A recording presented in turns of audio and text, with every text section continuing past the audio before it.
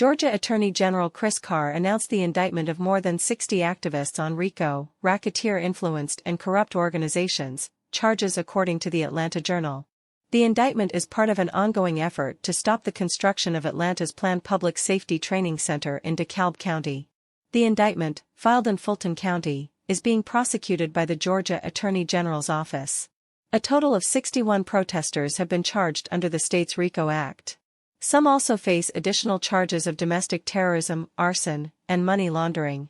Our job is to enforce the laws of the state.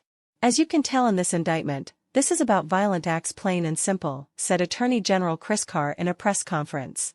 The indictment primarily targets the Defend the Atlanta Forest Group, described as an anti-government, anti-police, and anti-corporate extremist organization. According to the indictment, the group aims to occupy parts or all of the 381 forested acres in DeKalb County owned by the city of Atlanta. The land is leased to the Atlanta Police Foundation with the goal of halting the training center's construction. Prosecutors allege that the Defend the Atlanta Forest movement began in 2020, following the police killings of George Floyd and Rayshard Brooks. The indictment cites 225 overt acts, including incidents involving Molotov cocktails thrown at the Georgia State Patrol headquarters and money transfers for those occupying the forest. The Cop City Vote Coalition, a group of organizers, released a statement condemning the indictments and accusing Carr of seeking to intimidate protesters, legal observers, and bail funds alike. They vowed not to be intimidated by power-hungry strongmen in the Attorney General's office. Most of the acts mentioned in the indictment involve Marlon Counts, Adele McClain, and Savannah Patterson transferring money from the Network for Strong Communities to allegedly fund those occupying the forest.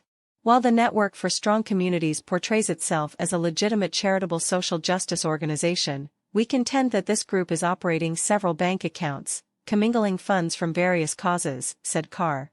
The case has been reassigned to Fulton County Superior Court Judge Kimberly Adams after the original judge recused himself due to prior collaborations with the Attorney General's office. In March, the Atlanta Police Department released footage showing a group of Antifa protesters breaking into a construction site for a proposed police training facility in Atlanta.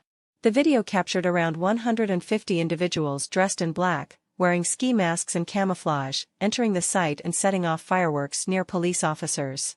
The police department statement revealed that the agitators threw large rocks, bricks, Molotov cocktails, and fireworks at the officers. They also destroyed multiple pieces of construction equipment through fire and vandalism. The police detained 35 individuals involved in the illegal activities. Law enforcement agencies had a multi-layered strategy in place for dealing with protests, which included non-lethal enforcement methods for conducting arrests.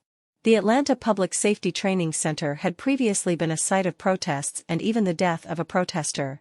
The event followed other protests against the police, including one on January 21, 2023, where protesters set an Atlanta Police Department vehicle on fire and damaged institutions supporting the facility.